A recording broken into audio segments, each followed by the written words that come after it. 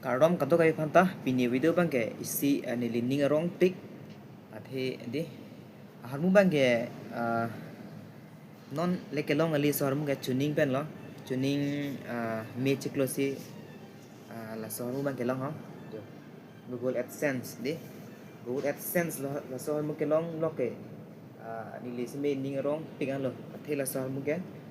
penang pinung ke long harmu li the YouTube cam dong an ke chini lo la monetize ke long tang on la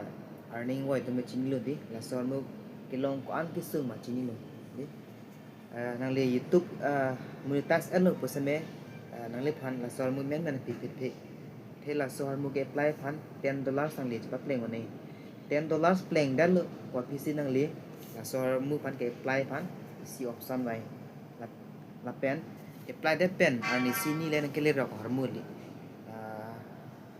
Ciklo John kita Ciklo John rai bank anang kok ti la sarmo nili bank Ciklo John rai bank anang kok the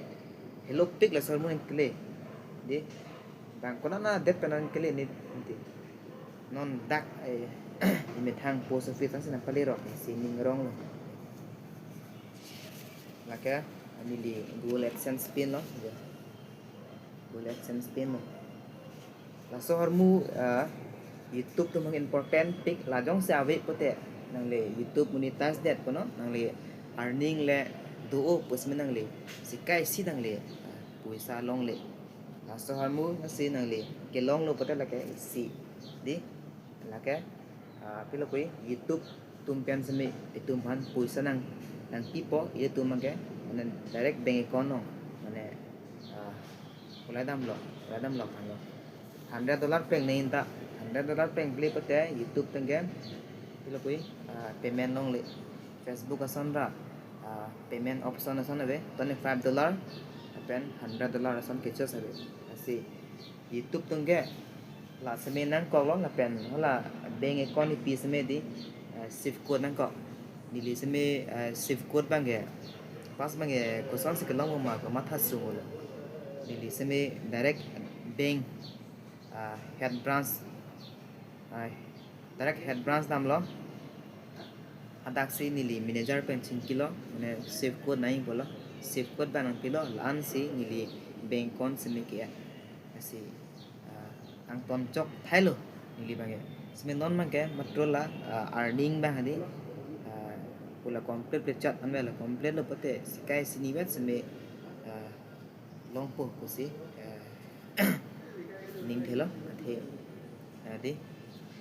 sung pic anjat hormus me tangkai long war sai ke YouTube dan de lo Facebook te lo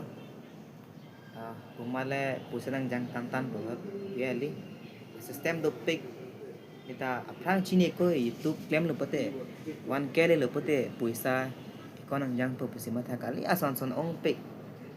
nang li 1k le pleng data wala 4000 hours la gonta suripli la sohar muj pa pleng nei 1000 subscriber la pen 4000 hours la sarmu coba pleng deh si monetize di la monetize det lo pote nang li content bang nang check la mane real ma pen bang content trong hudun ma trong hun de ma la pen copyright do ma ma la hai nang check thai si review bang gmail review pen bang po nang li channel thang a problem we pote nang le phan na accept po la an si nang le phan earning nang pi system do pic bang video ke andun basme di edit chom ma pini son jok dun pejai la son ma ngedi copyright awe pot thang the seme un pote ime thang real content seme la lo pote nang le kai si seme copyright lagi gelo music seme yan kam we yan na chok en eta chok di YouTube tungke real content la pote isi mi piglo YouTube tungke real content la pote nang le phan ala pelo pe estimate revenues me long po